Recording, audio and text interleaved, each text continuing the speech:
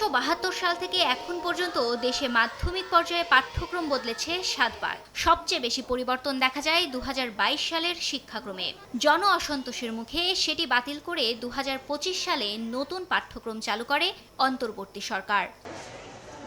এক বছরের মাথায় পাঠ্যক্রমে আবারও পরিবর্তন, যার বেশিরভাগটাই এসেছে ষষ্ঠ থেকে দশম শ্রেণীর বাংলাদেশ ও বিশ্ব পরিচয় বইয়ে। ইতিহাসের অংশ হিসেবে যুক্ত হয়েছে জুলাই গণ অভ্যুত্থানের বিষয়বস্তু।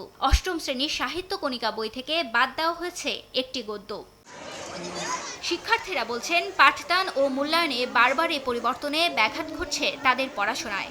আগে যে কারিকুলামটা ছিল ওইটা চেঞ্জ হয়ে গিয়েছিল আমাদের বেলায়, তো আমাদের পড়তে অনেক সমস্যা হচ্ছিল। আমরাও একটা জিনিসে অভ্যস্ত আছি, আমাদের টিচাররাও অভ্যস্ত আছেন, তো ওইটার থেকে নতুন কিছু আসলে না ওইটার সাথে মানিয়ে নিতে আমাদের একটু কষ্ট হয়। এক টাইমে পরীক্ষা সিস্টেম, এরপরে সাথে অনেক ধরনের অ্যাসেসমেন্ট, কো কারিকুলার অ্যাক্টিভিটি, তো এগুলাই মানিয়ে নিতে আমাদের কষ্ট হয়। শিক্ষকরা বলছেন, বারবার পরিবর্তনের ফলে নতুন পাঠ্যক্রমের সাথে খাপ খাওয়াতে বেগ পেতে হচ্ছে মফস্বলের স্কুলগুলোর। ঘন ঘন পরিবর্তন হলে শিক্ষার্থীদের পড়াশোনায় বেশ ব্যাঘাত হয় এবং তাদের পরীক্ষায় এটার একটা বিরূপ প্রতিক্রিয়া সৃষ্টি হয়।